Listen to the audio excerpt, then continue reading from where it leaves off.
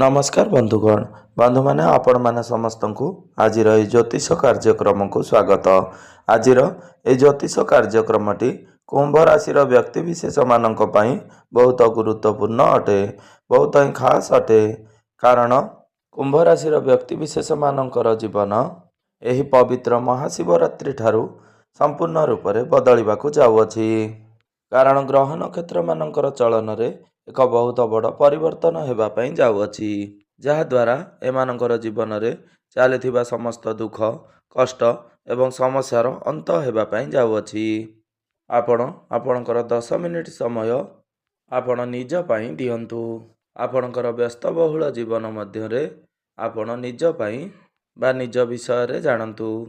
यही पवित्र महाशिवरात्रि ठारू एमानक जीवन में खुशी फेरिबा को जाऊँगी। यही महाशिवरात्रि ठारू आपणकर राशि रे चतुर्ग्रही जोग बनुअछि। आपणकर लग्न रे सूर्य बुध एवं शुक्र चलन करिवे। बुध हेउचंती आपणकर पंचम भावर अधिपति एवं शुक्र हेउचंती आपणकर भाग्य भावर अधिपति। बुध एवं शुक्र आपणकर राशि रे लक्ष्मी नारायण जोग बनौछंती, जहाद्वारा आपणकर भाग्य रे एक बड़ परिवर्तन होगापी जाऊँगी। आपणकर जीवन में एपरी किछि घटिबाकू जाऊँगी आपण स्वप्न रे सुधा कल्पना मध्य करि नथिबे। एही पवित्र महाशिवरात्रि ठारू आपणकर जीवन में किछि खास होगापी जाऊँगी। आपण को अनेक दिगरु लाभ प्राप्ति होगापी जाऊँगी। आपण को अनेक गुड़िए खुशी मिलवाकू जाऊँगी। तेबे बंधु मैंने आसतु जानिनेबा एही पवित्र महाशिवरात्रि ठारू आपणकर जीवन में केउं सबु बड़ परिवर्तन होगापी जाऊँगी। तो बंधु मैंने यह पूर्वर जदि आपण मानकर कुंभ राशि होइथाए तेबे भिडियोटी को स्किप न करी थरे मात्र शेष पर्यंत निश्चिंत देखंतु। एवं आपण माने जदि सच्चा हृदय रे ईश्वर को भक्ति करुथांती विश्वास करुथांती तेबे भक्ति एवं श्रद्धार सहित कमेंट बॉक्स रे हर हर महादेव जय माँ लक्ष्मी अवश्य लिखि दियंतु एवं भिडियोटी को गोटे लाइक कर दियंतु। तो बंधु माने पूर्वर आपणकर द्वादश भाव अर्थात व्यय भाव 4 गोटी ग्रह विराजमान थिले।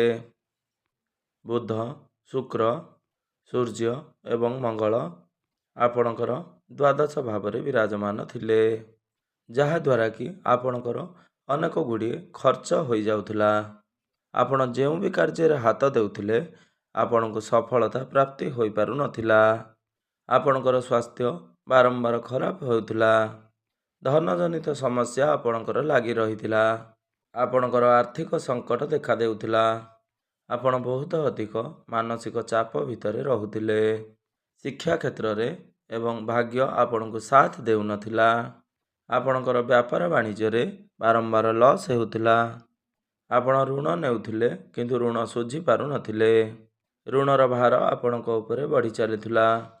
आपणकर गृह परिवार रे खुशीर वातावरण नथिला। आपणकर शिक्षा क्षेत्र रे समस्या देखा देउथिला।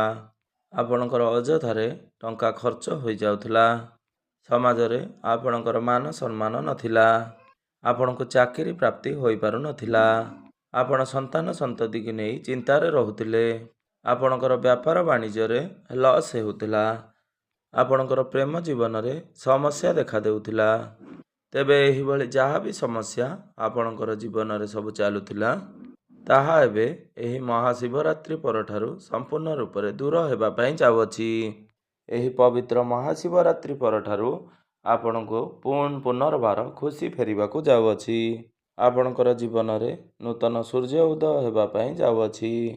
एही पवित्र महाशिवरात्रि ठारू शुक्र एवं बुध आपणकर लग्न को चलन करिवे। शुक्र हेउचंती आपणकर भाग्य भावर अधिपति। एही पवित्र महाशिवरात्रि ठारू आपण को आपणकर भाग्यर साथ मिलिबो। आपण जो भी कार्य हाथ देवे आपण को सफलता निश्चिंत भाव प्राप्ति हेबो। आपण कौनसी दूर स्थान को धार्मिक स्थान को यात्रा करिपारंती। आपणकर गृह रे कौनसी शुभ मांगलिक कार्यर आयोजन होई पारे। एपटे गुरु मध्य आपणकर पंचम भाव बसी आपणकर भाग्य भाव को दृष्टि देउछंती। ତେବେ ଆପଣଙ୍କର ଭାଗ୍ୟ ଉଜ୍ଜଳ ହେବା ପାଇଁ ଯାଉଅଛି। ଆପଣ ଏହି ମହାଶିବରାତ୍ରି ପରେ କିଛି ଭୂମି, ଜମି, ପ୍ରପର୍ଟି କିମ୍ବା କିଛି ନୂତନ ଯାନବାହନ କ୍ରୟ କରିପାରନ୍ତି। ଆପଣଙ୍କର କୌଣସି ପୁରୁଣା ପ୍ରପର୍ଟି ସେଲ୍ ହୋଇପାରେ। ଆପଣଙ୍କର ହାତକୁ କିଛି ମୋଟା ଅଙ୍କର ଅର୍ଥ ଆସିପାରେ। ଆପଣଙ୍କୁ ଆପଣଙ୍କ ପୈତୃକ ସମ୍ପତ୍ତିରୁ ଲାଭ ପ୍ରାପ୍ତି ହେବ। ଆପଣଙ୍କୁ ଆପଣଙ୍କର ପିତାଙ୍କର ସାହାଯ୍ୟ ସହଯୋଗ ପ୍ରାପ୍ତି ହେବ। ଆପଣ ବ୍ୟାପାର ବାଣିଜ୍ୟ କରୁଥିଲେ ସେଥିରେ ଅଧିକ ଉନ୍ନତି ଏବଂ ପ୍ରଗତି କରିବେ। ଆପଣ କୌଣସି ନୂତନ ବ୍ୟାପାର ବାଣିଜ୍ୟ ଆରମ୍ଭ କରିପାରନ୍ତି। ଆପଣଙ୍କର କଷ୍ଟମର ବଢ଼ିପାରନ୍ତି। ଆପଣ ପୂର୍ବ ଅପେକ୍ଷା ନିଜେ ଦେଖିବେ ଆପଣଙ୍କର ଆୟରେ ବୃଦ୍ଧି ହେବ। ଆପଣଙ୍କର ଡେଲି ଇନକମ୍ ବଢ଼ିବ। ଆପଣଙ୍କର ଫାଇନାନ୍ସିଆଲ ଗ୍ରୋଥ୍ ହେବ। ଆପଣଙ୍କର ବ୍ୟାଙ୍କ ବାଲାନ୍ସ ବଢ଼ିବ। କାହିଁକି ନା ଆପଣଙ୍କର ରାଶିର ଅଧିପତି ଶନି ଦ୍ୱିତୀୟ ଭାବ ଅର୍ଥାତ୍ ଧନ ଭାବରେ ବିରାଜମାନ ଅଛନ୍ତି। ତେବେ ଧନ ତ ଆପଣଙ୍କର ନିଶ୍ଚିନ୍ତ ଭାବରେ ବଢ଼ିବ। ଆପଣଙ୍କ ପାଖକୁ ବିଭିନ୍ନ ଦିଗରୁ ଅର୍ଥମାନ ଆସିବ। ଧନ କମାଇବା ପାଇଁ ଆପଣଙ୍କ ପାଖକୁ ନୂଆ ନୂଆ ରାସ୍ତାମାନ ଖୋଲିଯିବ। ଆପଣଙ୍କର ଅଟକି ରହିଥିବା ସମସ୍ତ କାର୍ଯ୍ୟ ପୁଣି ଥରେ ପୁନର୍ବାର ଚାଲୁ ହେବା ପାଇଁ ଲାଗିବ। ଆପଣ କର୍ମରେ ମଧ୍ୟ ବହୁତ ଅଧିକ ଉନ୍ନତି ଏବଂ ପ୍ରଗତି କରିବେ। ଯେଉଁମାନେ ବେରୋଜଗାର ଅଛନ୍ତି ବା ଯେଉଁ ବ୍ୟକ୍ତି ବିଶେଷମାନଙ୍କ ପାଖରେ କୌଣସି ଚାକିରି ନାହିଁ, କୌଣସି କାମଧନ୍ଦା ନାହିଁ, ସେମାନଙ୍କୁ ଏହି ପବିତ୍ର ମହାଶିବରାତ୍ରି ପରେ ନୂତନ କର୍ମମାନ ପ୍ରାପ୍ତି ହେବ। ସେମାନଙ୍କୁ ନୂତନ ଚାକିରି ମଧ୍ୟ ପ୍ରାପ୍ତି ହୋଇପାରେ। କୌଣସି MNC କମ୍ପାନୀରୁ ଜବ୍ ଅଫର୍ ଆସିପାରେ। କର୍ମ ଭାବର ଅଧିପତି ମଙ୍ଗଳ ଆପଣଙ୍କର ଦ୍ୱାଦଶ ଭାବରେ ବିରାଜମାନ ଅଛନ୍ତି। ଆପଣ ଆପଣଙ୍କର କାମକାର୍ଯ୍ୟକୁ ନେଇ ବିଦେଶ ଯାତ୍ରା ମଧ୍ୟ କରିପାରନ୍ତି। କିମ୍ବା ଯେଉଁମାନେ ବିଦେଶରେ ରହି କୌଣସି କାମକାର୍ଯ୍ୟ କରୁଛନ୍ତି ସେମାନଙ୍କୁ ଅନେକ ଶୁଭ ଫଳ ପ୍ରାପ୍ତି ହେବ। ଯେଉଁମାନେ ମେଡ଼ିକାଲ ଫିଲ୍ଡରେ ରହିଛନ୍ତି, ହସ୍ପିଟାଲ ଲାଇନରେ ଅଛନ୍ତି, ସେମାନଙ୍କୁ ଶୁଭ ଫଳ ପ୍ରାପ୍ତି ହେବ। ଏବଂ ଯେଉଁମାନେ ବିଦେଶ ଯିବାକୁ ଚାହୁଁଥିଲେ ସେମାନଙ୍କୁ ମଧ୍ୟ ଏହି ପବିତ୍ର ମହାଶିବରାତ୍ରି ପରେ ବିଦେଶକୁ ଯାତ୍ରା କରିପାରନ୍ତି। ଆପଣଙ୍କୁ କର୍ମକ୍ଷେତ୍ରରେ ସମ୍ମାନିତ କରାଯାଇପାରେ। ଆପଣଙ୍କର ପ୍ରମୋସନ୍ ହୋଇପାରେ। ଆପଣଙ୍କର ଟ୍ରାନ୍ସଫର ମଧ୍ୟ ହୋଇପାରେ। ଆପଣଙ୍କୁ ଭଲ କମ୍ପାନୀରେ ଜବ୍ ଅଫର୍ ମିଳିପାରେ। ଆପଣଙ୍କର ପଞ୍ଚମ ଭାବର ଅଧିପତି ବୁଧ ମଧ୍ୟ ଆପଣଙ୍କର ଲଗ୍ନକୁ ଚଳନ କରୁଛନ୍ତି। ଆପଣଙ୍କର କେନ୍ଦ୍ରକୁ ଚଳନ କରିବେ। ଏବଂ ପୂର୍ବରୁ ବୃହସ୍ପତି ଆପଣଙ୍କର ପଞ୍ଚମରେ ଅଛନ୍ତି। ତ ପଞ୍ଚମ ଭାବ ଆପଣଙ୍କର ଶିକ୍ଷା କ୍ଷେତ୍ର, ସନ୍ତାନ ଏବଂ ପ୍ରେମ ଜୀବନର ଭାବ ମଧ୍ୟ ହୋଇଥାଏ। ସବୁଠାରୁ ବଡ଼ କଥା ଏହା ଅଟେ କି ଯେଉଁ ଦମ୍ପତିମାନେ ଦୀର୍ଘ ଦିନ ଧରି ସନ୍ତାନର କାମନାରେ ରହିଥିଲେ ବା ସେମାନେ ସନ୍ତାନ ସୁଖରୁ ବଞ୍ଚିତ ରହିଥିଲେ, ତେବେ ସେମାନଙ୍କୁ ଏହି ପବିତ୍ର ମହାଶିବରାତ୍ରି ପରେ ସନ୍ତାନ ସୁଖ ପ୍ରାପ୍ତି ହୋଇପାରେ। ନୂତନ ଗର୍ଭ ଧାରଣ କରିବା ପାଇଁ ଏହି ପବିତ୍ର ମହାଶିବରାତ୍ରି ପରର ସମୟ ଆପଣଙ୍କ ପାଇଁ ଅତ୍ୟନ୍ତ ଶୁଭମୟ ଅଟେ। ଆପଣଙ୍କୁ ନିଶ୍ଚିନ୍ତ ଭାବରେ ସନ୍ତାନ ସୁଖ ପ୍ରାପ୍ତି ହୋଇପାରେ। ଆପଣଙ୍କର ଗୃହକୁ କୌଣସି ନୂତନ ଅତିଥିମାନ ଆସିପାରନ୍ତି। ଆପଣଙ୍କର ଗୃହ ପରିବାରରେ ହସ ଖୁସିର ଲହରୀ ଲାଗି ରହିବ। ଯେଉଁ ପିଲାମାନଙ୍କର ବିବାହ ଯୋଗ୍ୟ ହୋଇଯାଇଛି ବା ବିବାହ ବୟସ ହୋଇଯାଇଛି ସେମାନଙ୍କର ଘରକୁ ନୂତନ ବିବାହ ପ୍ରସ୍ତାବମାନ ଆସିପାରେ ଏବଂ ବିବାହ ମଧ୍ୟ ସ୍ଥିର ହୋଇପାରେ। ଆପଣ ଶିକ୍ଷା କ୍ଷେତ୍ରରେ ମଧ୍ୟ ବହୁତ ଅଧିକ ଉନ୍ନତି ଏବଂ ପ୍ରଗତି କରିବେ। ଆପଣ ଉଚ୍ଚଶିକ୍ଷା କରିବା ପାଇଁ ବିଦେଶକୁ ଯାତ୍ରା କରିପାରନ୍ତି। ଆପଣ କୌଣସି ନୂତନ ସ୍ଥାନରେ ଆଡ଼ମିସନ୍ କରିପାରନ୍ତି। ଫର୍ମ ଫିଲ୍ଅପ୍ କରିପାରନ୍ତି। ଆପଣଙ୍କର ପାଠପଢ଼ାରେ କିଛି ନା କିଛି ବଡ଼ ପରିବର୍ତ୍ତନ ମାନ ହେବ।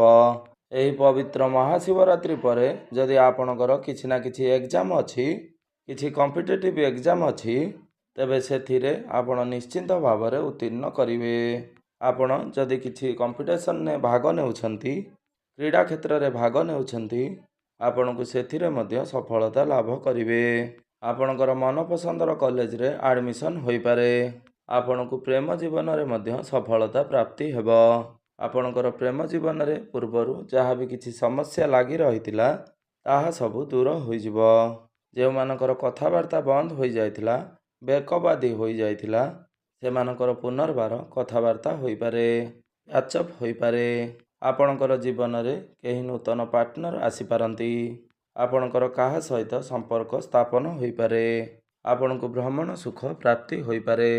ଯେଉଁମାନେ ଅନଲାଇନ୍ କ୍ଷେତ୍ରରେ କାମ କରୁଛନ୍ତି, ଡିଜିଟାଲ ମାର୍କେଟିଂର କାମ କରୁଛନ୍ତି, କନଷ୍ଟ୍ରକ୍ସନର କାମ କରୁଛନ୍ତି, IT ସେକ୍ଟରରେ ଅଛନ୍ତି, ଟେକ୍ନିକାଲ ଫିଲ୍ଡରେ ରହିଛନ୍ତି, ଶିଳ୍ପ ଅନୁଷ୍ଠାନରେ କାମ କରୁଛନ୍ତି, ସେମାନଙ୍କୁ ଅନେକ ଶୁଭ ଫଳ ପ୍ରାପ୍ତି ହେବ।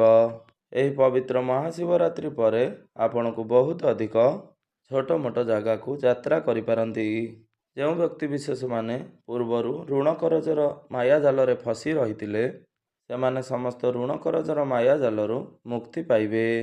ସମସ୍ତ ଶତ୍ରୁମାନଙ୍କ ଠାରୁ ଆପଣଙ୍କୁ ମୁକ୍ତି ମିଳିବ।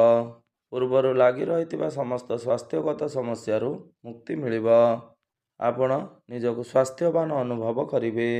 ଯେଉଁମାନେ ସେୟାର ମାର୍କେଟ, ଷ୍ଟକ୍ ମାର୍କେଟ ଏବଂ ଟ୍ରେଡିଂରେ କାମ କାର୍ଯ୍ୟ କରୁଛନ୍ତି, ସେମାନଙ୍କୁ ଆକସ୍ମିକ ଧନ ପ୍ରାପ୍ତି ହେବ। ଆପଣଙ୍କର ବ୍ୟୟ ଅପେକ୍ଷା ଆୟ ଅଧିକ ରହିବ। ଆପଣଙ୍କର ବୈବାହିକ ଜୀବନ ବହୁତ ଭଲରେ ଚାଲିବ। ଆପଣଙ୍କର ଲାଇଫ୍ ପାର୍ଟନରଙ୍କର କ୍ୟାରିୟରରେ ବହୁତ ଗ୍ରୋଥ ଆସିବ। ଗୁରୁଙ୍କର ଦୃଷ୍ଟି ଆପଣଙ୍କର ଏକାଦଶ ଭାବ ଉପରକୁ ରହୁଥିବାରୁ ଆପଣଙ୍କୁ ଅନେକ କ୍ଷେତ୍ରରୁ ଲାଭ ହିଁ ଲାଭ ପ୍ରାପ୍ତି ହେବ। ଅନେକ କ୍ଷେତ୍ରରୁ ଆପଣଙ୍କୁ ଆର୍ଥିକ ଲାଭ ହେବାର ସୁଯୋଗ ବନୁଅଛି। ତେବେ ଆପଣଙ୍କୁ ଅଧିକ ଶୁଭ ଫଳ ପ୍ରାପ୍ତି କରିବା ପାଇଁ ପ୍ରତ୍ୟେକ ମଙ୍ଗଳବାର ଦିନ ହନୁମାନଙ୍କ ମନ୍ଦିରକୁ ଯାଇ ନାଲି ମନ୍ଦାର ଏବଂ ସିନ୍ଦୁର ଅର୍ପଣ କରନ୍ତୁ ଏବଂ ପ୍ରତ୍ୟେକ ଶନିବାର ଦିନ ଶନିଙ୍କ ମନ୍ଦିରକୁ ଯାଇ ସୋରିଷ ତେଲର ଦୀପଟିଏ ଅବଶ୍ୟ ଜଳାଇ ଦିଅନ୍ତୁ ଏବଂ ପ୍ରତ୍ୟେକ ଦିନ ସନ୍ଧ୍ୟାରେ ହନୁମାନ ଚାଳିଶାର ପାଠ କରନ୍ତୁ। ଓಂ ନମଃ ଶିବାୟ ମନ୍ତ୍ରର ଜପ ଅଧିକରୁ ଅଧିକ କରନ୍ତୁ। ଆପଣଙ୍କୁ ଶୁଭ ଫଳ ପ୍ରାପ୍ତି ହେବା ସହିତ ଆପଣଙ୍କୁ ଆପଣଙ୍କର ଭାଗ୍ୟରେ ଉନ୍ନତି ହେବ। ତ ବନ୍ଧୁମାନେ, ଆପଣଙ୍କର ଜୀବନ ମଙ୍ଗଳମୟ ହେଉ, ଏହା ହିଁ ଈଶ୍ୱରଙ୍କ ନିକଟରେ ମୋର ଏତିକି ପ୍ରାର୍ଥନା। ଧନ୍ୟବାଦ।